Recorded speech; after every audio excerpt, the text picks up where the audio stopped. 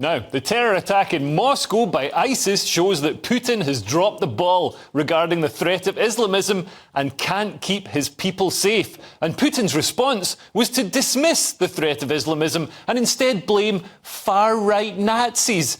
Does it sound familiar? It's the same thing said by any left-wing politician in the West.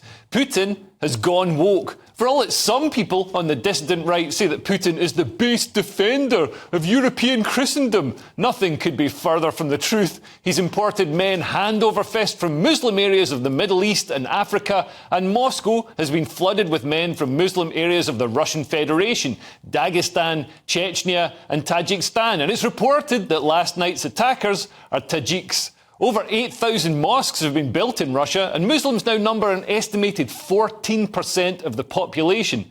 Meanwhile, anti-Russian sentiment grows amongst Islamists because of Russia's support for Syria's barbarous leader Assad. Russia has spent 10 years bombing Muslim civilians in Syria, although you won't hear any lefties or celebrities condemning it because for some reason they only care when Israel is involved.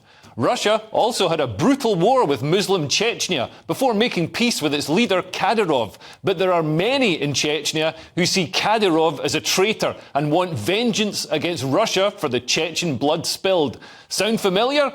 Under Labour, Britain bombed Iraq, while our policy of open borders allows anyone from the Middle East to waltz in and claim asylum. But we've got 40,000 Islamists on terror watch lists in the UK, traffic barriers at high-profile targets and tight security at public events. We have put a lot of effort into stopping Islamic terror. I mean, it might make more sense to stop Islamic terror entering Britain, but at least we've got on top of it. Has Putin done the same? No! Instead, he's focused on Ukraine, insisting that far-right neo-Nazis present the biggest threat to Russia. He's like a Guardian columnist, ignoring the real threat while twisting himself in knots, trying to find a way to blame white nationalists.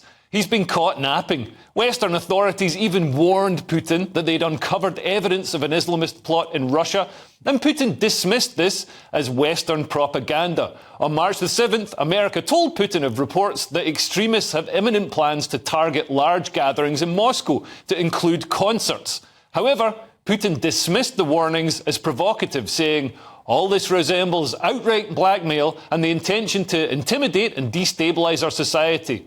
Well, Putin, last night shows that it wasn't Western propaganda. And while we allow Islamist chants on the streets of London, our police respond reassuringly firmly when there's a serious violent threat. Compare that to Moscow, where armed Islamists could not only commit a massive atrocity, killing well over 100 people, and then leave at their leisure, making a run for the nearest border. Putin pretends to be a strong man, but instead of tackling the rising threat from Islamism, he put his head in the sand and ignores it like so many Western leaders do.